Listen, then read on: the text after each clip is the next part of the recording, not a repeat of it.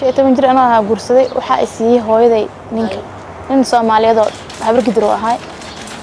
وعيره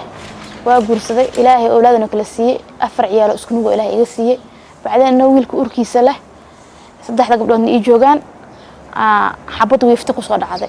مو كفر إيه مو صفر حبضوا يفتقوا صدع سيدي يقول أنت بعدين أويل كده لا مركا ويل كده الله سعيد كده حي نكى مركا أنت نيدا كجبي وحاسد عيال كان يأكلوا كرنايو يأكلوا بيلايو يا وحكوا سينايو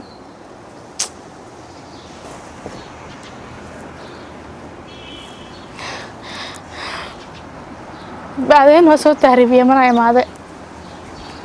بعدين عيالك قاعد حماشة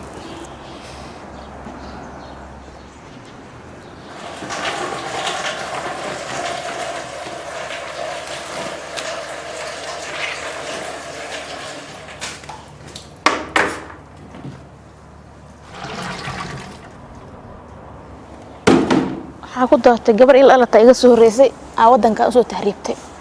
gabadhii markay soo tahriibtay man waqti tahriibtay Sacuudiga u tahriibtay waxaas dhaa maadaama walaashaaba ee baxday ciyaalkaaga gabar aniga ciyaalkayga eedadooda ah wax ugu sii jirtay mar walba gacan islaamada xakamo tuugo kartida sida ciyaalkaaga horumar ah ku gaasay sida la adeena horumar ah u gaar leeyahay sala awligeed ayaa man ugu soo tahriibay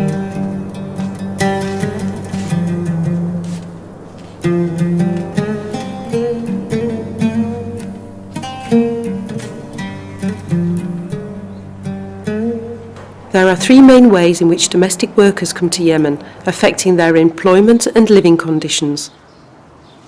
The first way is smuggled by boat from the coast of the Horn of Africa. This is the main way for refugees from Somalia. Somali women come to Yemen because they know there is work available as domestics, but also because they hope they can travel to neighbouring countries such as Saudi Arabia and the Gulf states, but even to Europe, Canada and the United States.